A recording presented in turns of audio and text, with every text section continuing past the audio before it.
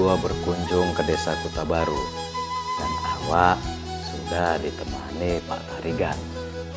Dari Kecamatan Perbaungan, kami diantar Bang Abdul Muiz, staf Ibu Intan Siregar, Kabid Pariwisata Serdang Bedagai dengan mobilnya. Jadi perjalanan kami menuju Kuta Baru, Kecamatan Tebing Tinggi yang berjarak kurang lebih 50 km, tidak lagi direpotkan naik angkot.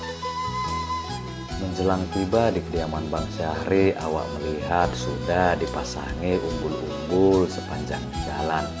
Jadi liputan kami di hari kedua ini merupakan puncak dari acara Kampung Lele dengan tagline Rembuk Tani dan Pencanangan Agrowisata Terpadu Berbasis Lingkungan. Menurut Bang Syahri, baru kali inilah Bupati, Wakil Bupati, dan Ketua DPRD Serdang Bedagai bisa didatangkan ke desanya. Memang secara letak geografis, Desa Kuta Baru, Kecamatan Tebing Tinggi, jaraknya sudah jauh dari pusat pemerintahan daerah. Bolehlah awak cakap, daerah ini hanya selangkah dari kota Tebing Tinggi.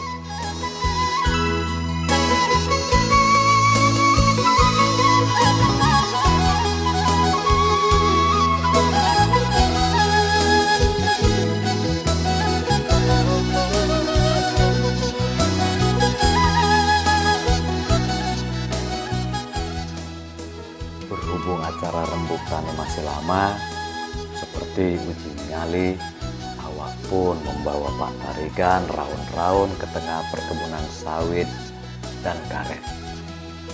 Betapa beruntungnya daerah-daerah yang memiliki lahan perkebunan, baik yang dikelola pemerintah maupun swasta. Sudah tentu PAD yang didapat daerah itu besar. Ya, soal pembangunan yang merata atau tidak di kabupaten tersebut, urusan pemerintah daerah lah itu.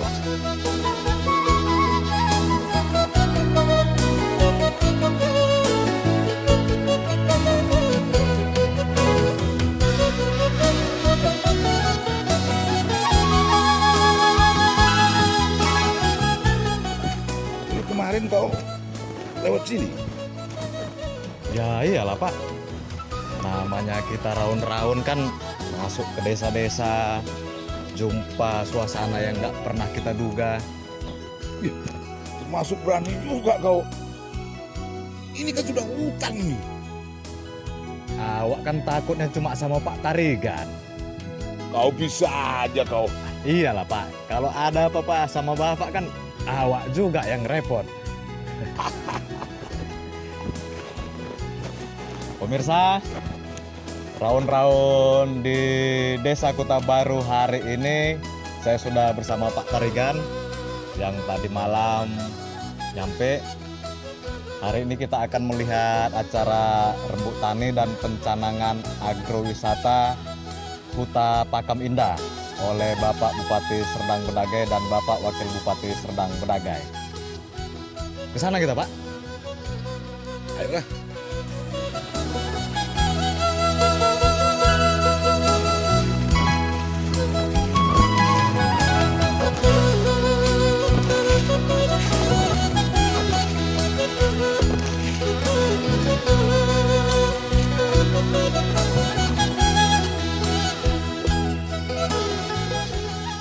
Asik juga kalau punya kebun karet Pak ya.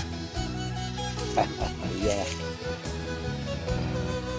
Inilah potensi perkebunan yang dimiliki Serdang Bedagai ini.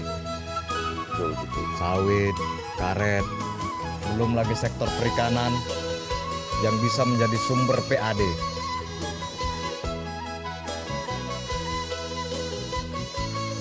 Dan bisa juga Pak dimanfaatkan untuk agrowisata seperti yang mau kita tengok ini. Betul. Ya artinya suka atau tidak suka, kebun karet ini tentu merupakan kebanggaan bagi masyarakat Serdang Bedagai. Pasti Pak. Bapak tetap tinggal di kebun karet ini atau ikut ke agrowisata? Mau ikut.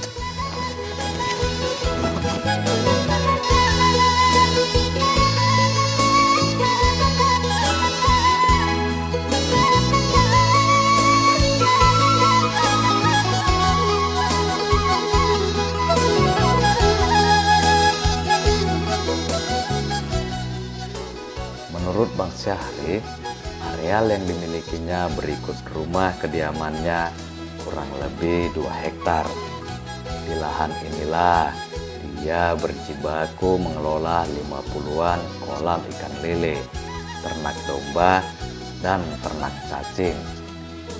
Areal ini pula lah yang akan disulapnya menjadi destinasi agrowisata berbasis lingkungan yang edukatif. Berawal dari 2 kolam, Bang Syahri mencoba ikutan sebagai peternak ikan lele dengan melihat potensi yang ada di kampungnya. Dengan gelar sarjana hukum yang disandangnya, orang lain mungkin merasa aneh. Kenapa pula jadi peternak lele dan domba? Tapi Bang Syahri punya pandangan berbeda akan potensi yang dimiliki kampungnya. Jika memang potensi daerah itu bisa dikelola secara profesional, kenapa pula harus dibiarkan? Mungkin begitu juga yang dipikirkan Bang Syahri sehingga 100% mencurahkan pikirannya pada peternakan lele dan domba. Pada sisi lain, ia juga melihat potensi areal miliknya bisa dijadikan sebagai tempat agrowisata.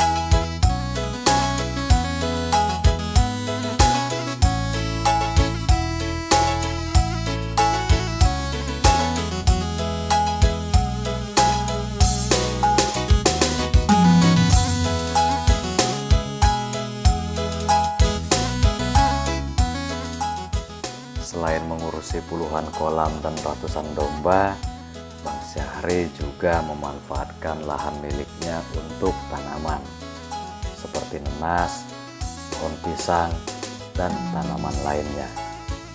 Sedang untuk efisiensi peternakan lelenya, Bang Syahri membuat peternakan cacing sutra yang menjadi pakan utama pembibitan ikan lele.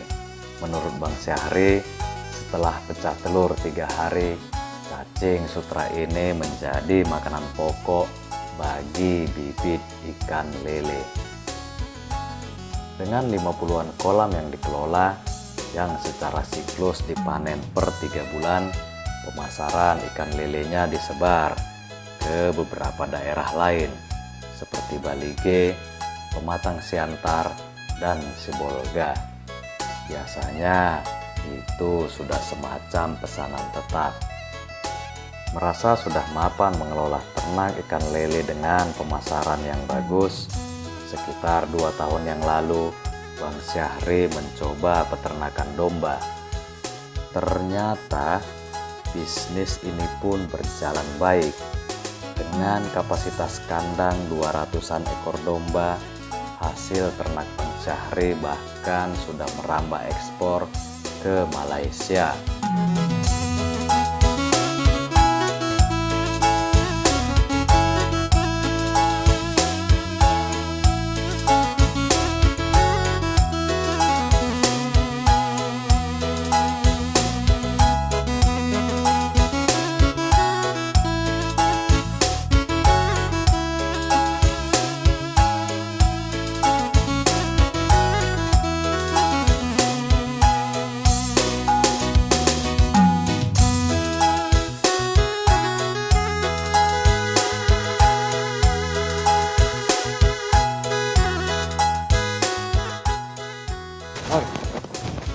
Istirahat dulu. Capean Bapak? Iya. Bapak lah naik.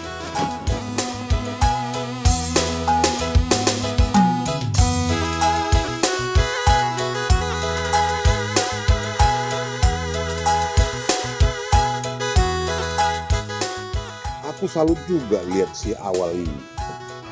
Dia masih muda, tapi sangat kreatif.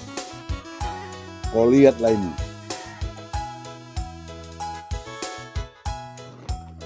Dia bisa membuat 50-an kolam untuk ternak lele.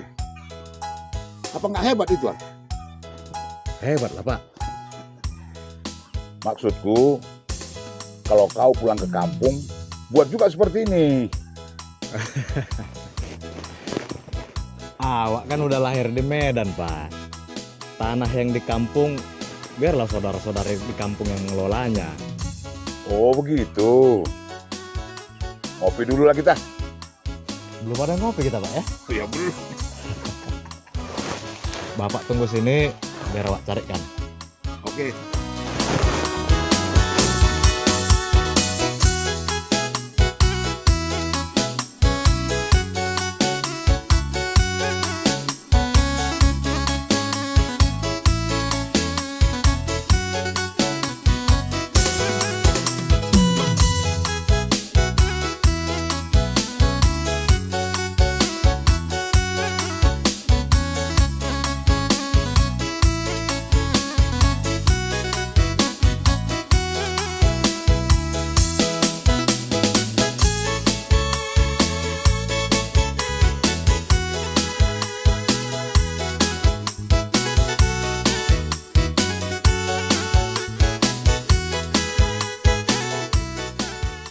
Ceritanya cemana Bang sampai abang bisa bikin usaha peternakan lele ini? Jadi semuanya itu terjadi secara otodidak. Kita belajar dari kawan ke kawan. Kita mulai 1-2 kolam. Ya alhamdulillah sampai sekarang seperti ini.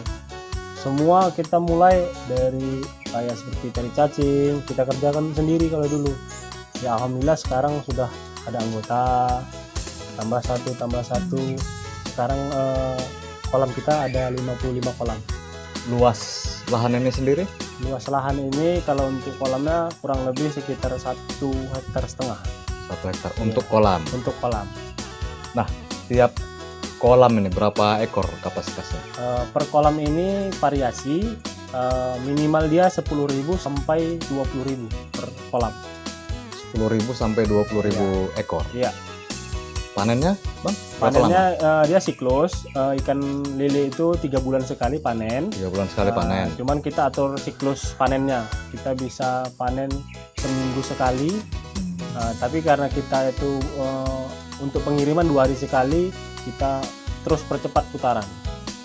Waktu kemarin tadi Bang, ada tengok spanduk di depan itu rembuk tani. Itu acara apa?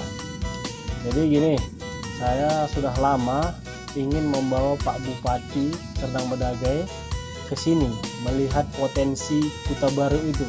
Salah satu tujuan saya bawa Pak Bupati ke sini untuk pengembangan agrowisata itu. Jadi potensi ini ada, biar Pak Bupati itu lihat kalau biarpun kita di desa kita ingin berkembang gitu. Terutama di bidang pariwisata lah gitu kan, kita bisa kembangkan.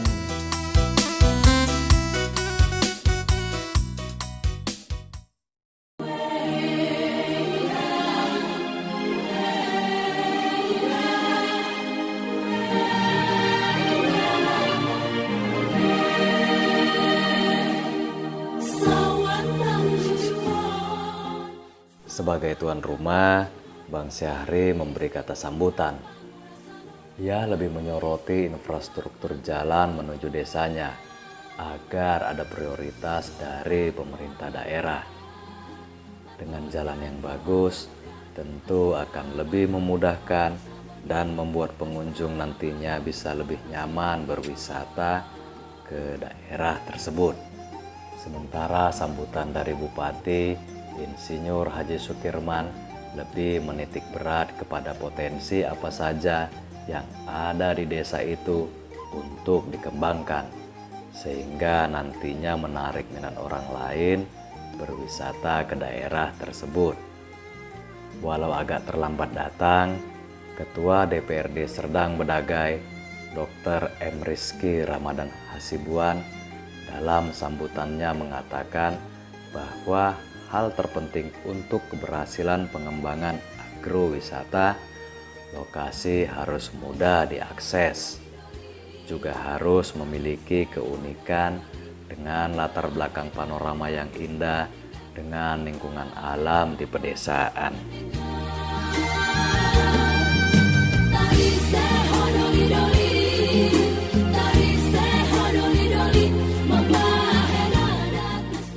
Seperti pada umumnya pemirsa, wisatawan yang berasal dari daerah perkotaan akan sangat menikmati panorama alam dan kehidupan di pedesaan. Selain itu, agrowisata berbasis lingkungan nantinya dapat menciptakan kesempatan kerja bagi masyarakat setempat yang tentu saja bisa mengurangi tingkat kemiskinan. Dampak positif lainnya terhadap pelestarian lingkungan dan budaya asli setempat yang pada akhirnya mampu menumbuhkan jati diri dan rasa bangga antar penduduk setempat yang tumbuh akibat peningkatan kegiatan agrowisata. Hal seperti inilah yang seharusnya dikembangkan tiap pemerintah daerah di tiap desanya. Pada kesempatan itu, Bupati Serdang Bedagai dan rombongan berkesempatan menabur bibit ikan lele serta memanen ikan lele yang sudah siap jual. Menurut awaklah pemirsa, raun-raun kami kali ini ke Desa Kuta Baru yang kelak akan diperkenalkan Bang Syahri dengan nama baru, Huta Pakam Indah, sangatlah mengasihkan.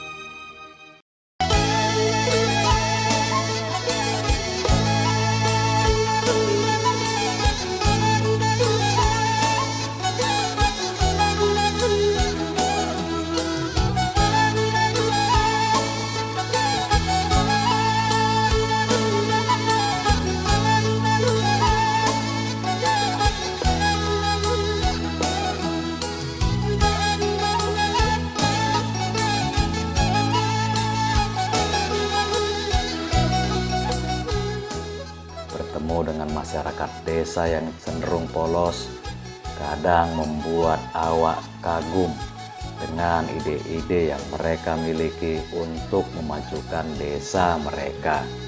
Semogalah di kemudian hari destinasi wisata berbasis kehidupan di desa makin marak di Sumatera Utara.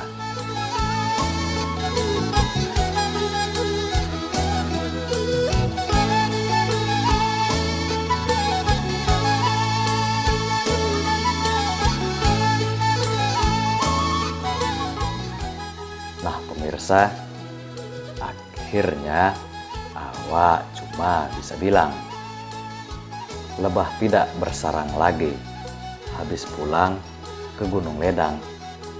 Sembah tidak dipanjangkan lagi, perut lapar, raun-raun pulang petang.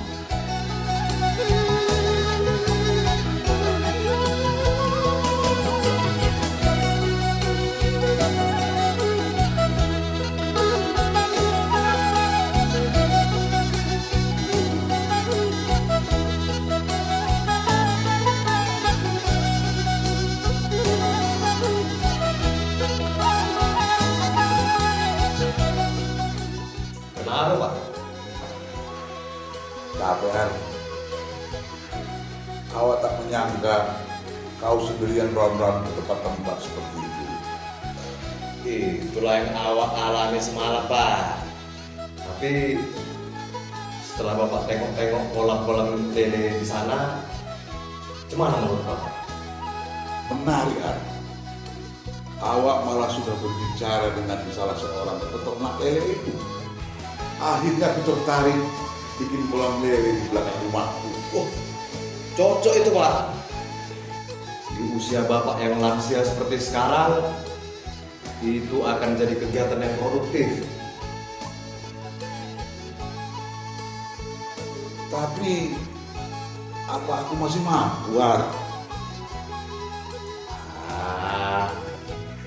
Kalau awak tengok stamina Bapak selama raun-raun, Bapak pasti masih mampu lah. Apalagi kalau udah jadi nanti kolam lele Bapak itu, pulang kita raun-raun, bisa bakar-bakar ikan di sana. Betul juga itu, Ar. Pemirsa, sampai di sini dulu raun-raun kita hari ini. Karena Pak Tarigan nampaknya udah capek dan mau istirahat, awak juga. Kita jumpa lagi di raun-raun episode berikutnya.